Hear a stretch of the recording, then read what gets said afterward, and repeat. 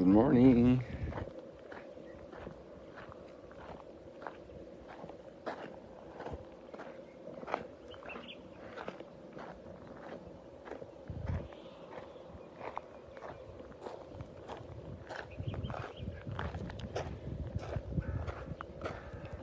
I love this Psalm 33.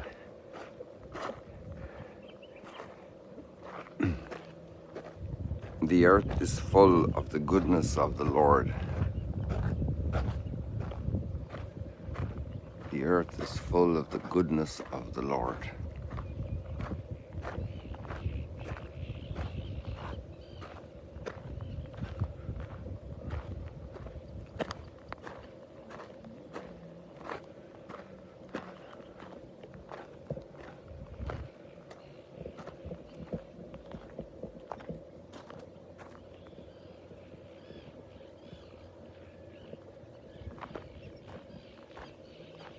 It's full from creation, but it's particularly full with the presence of human beings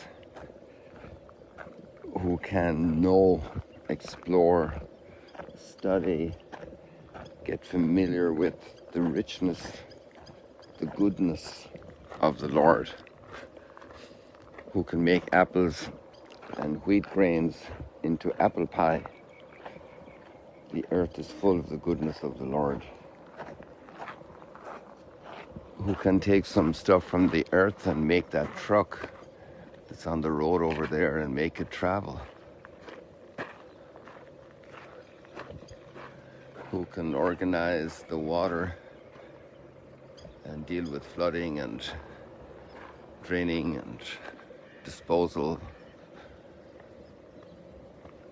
And who can make this bus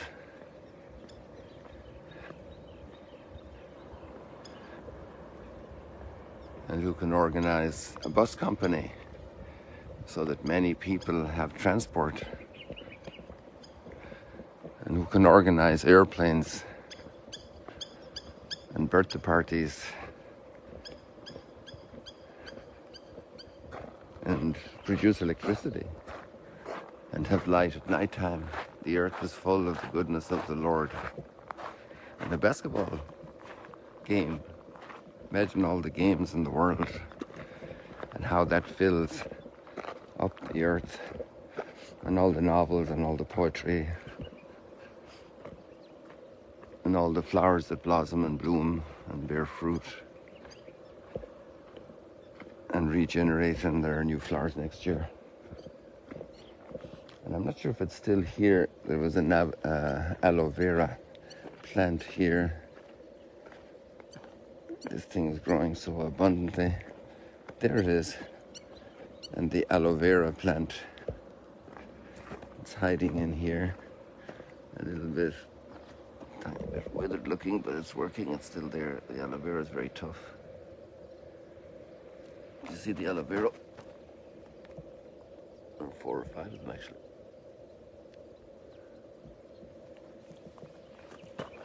And all the goodness that's in aloe vera.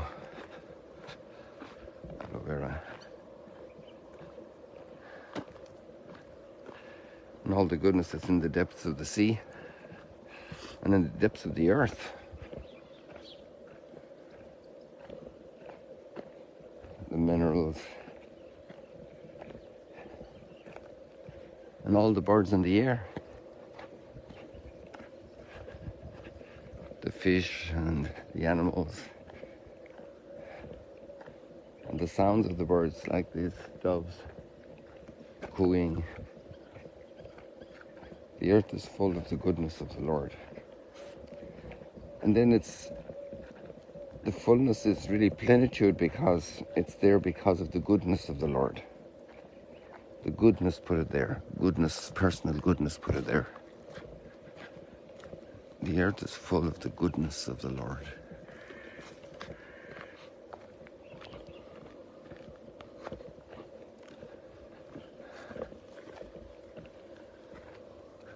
Somebody's sleeping here. I won't speak too loudly. There's a tent here.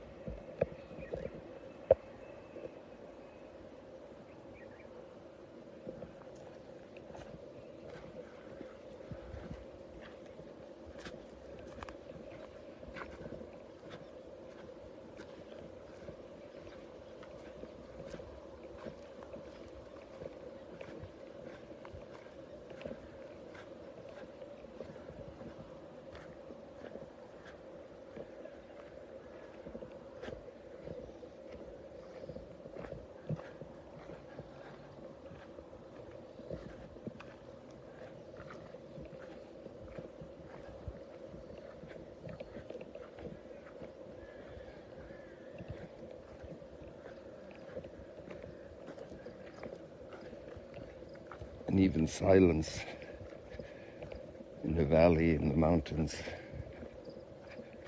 is something really wholesome and good.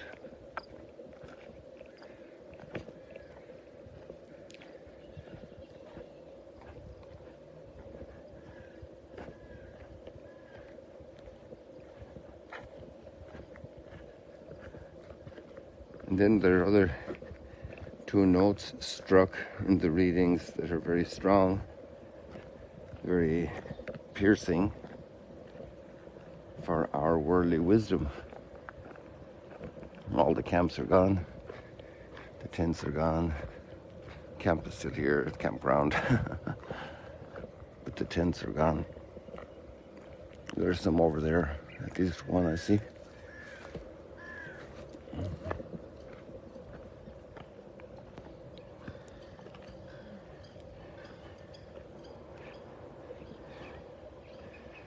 And it says, for the foolishness of God is wiser than human wisdom, and the weakness of God is stronger than human strength. That's something to chew on. Those are the closing verses of the text from Corinthians today. I'm going to speak about this more at Mass this evening.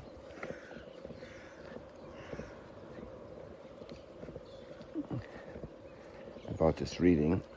It's very much centered on one of the core, or the core climactic move of God in our world, and it's about the cross and the place of the cross. Maybe that's something also that those who are not Christian would be curious about, to understand why, how come, how crazy that the cross is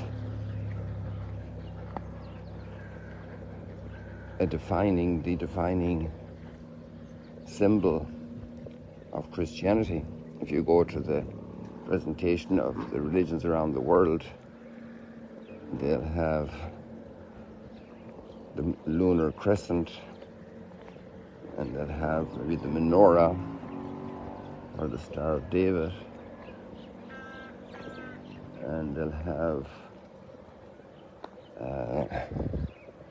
different symbols for others, but the cross is the one for us. And that cross without Good Friday is meaningless. It's not, it could have some symbolic value.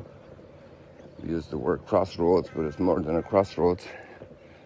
Maybe it's the ultimate crossroads of the human divine encounter. And then there's a second part, a second wing to that bird is the resurrection. A bird can't fly on one wing. So it's the cross and the light of the resurrection. Maybe the biggest statement about the cross for the Christians is the experience that's expressed in John's Gospel. God loved the world so much, he gave his only Son.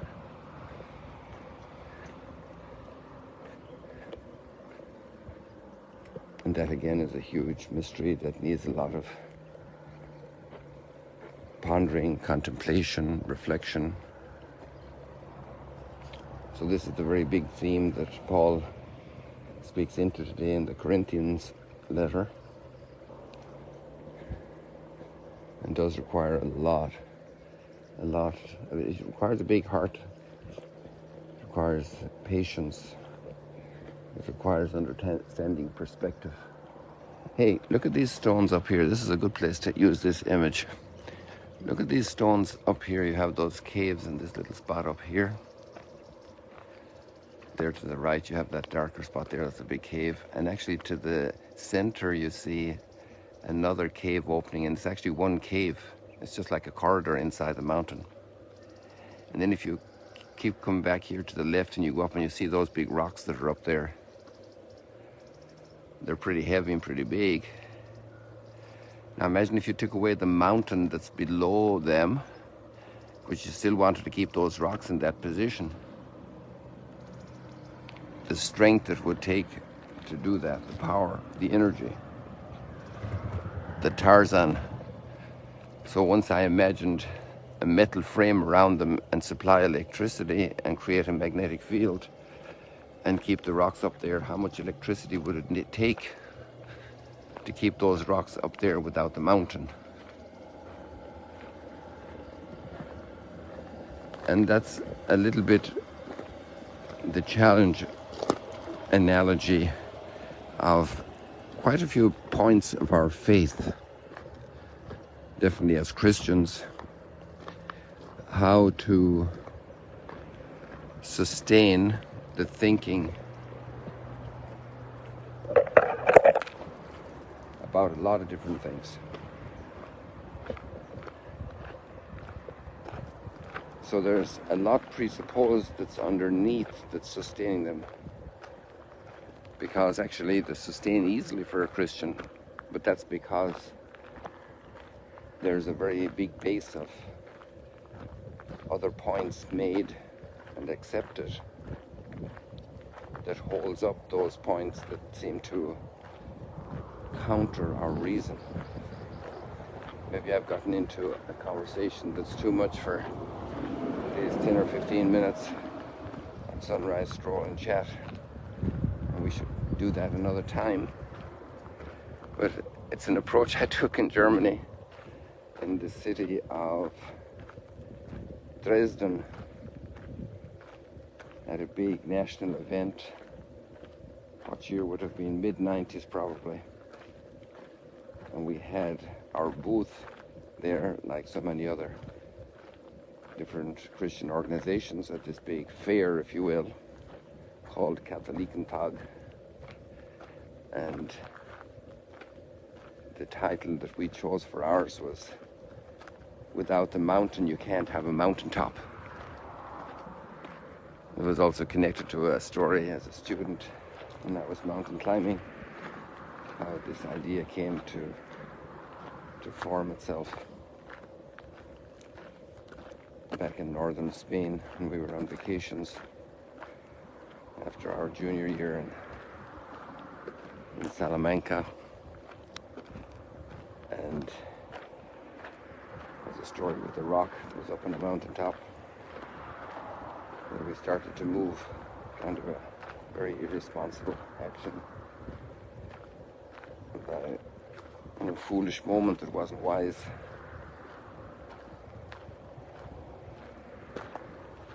I think we're not going to get all this ground covered, but it's very interesting how we can establish that Christ crucified is so central, such a summary of the whole of salvation's path, the redemption of suffering, not the elimination of suffering, the redemption of suffering. And interestingly, when Jesus comes back after the resurrection, he still has his wounds. So there also the suffering has not been eliminated from the map completely. The memory of that is still there, and that is redemptive. Put your finger in the wounds in my hand, put your hand into the wound in my side, and believe.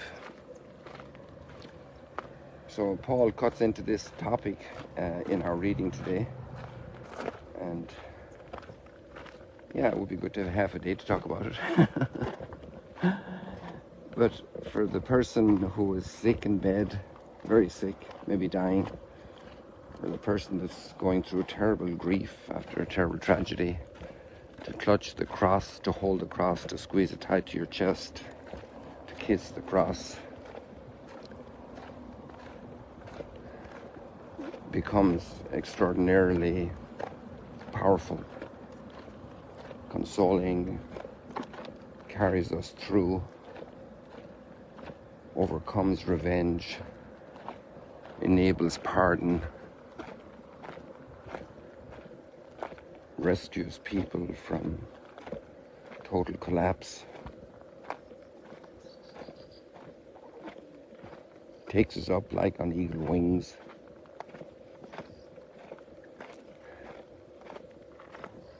Absolutely amazing.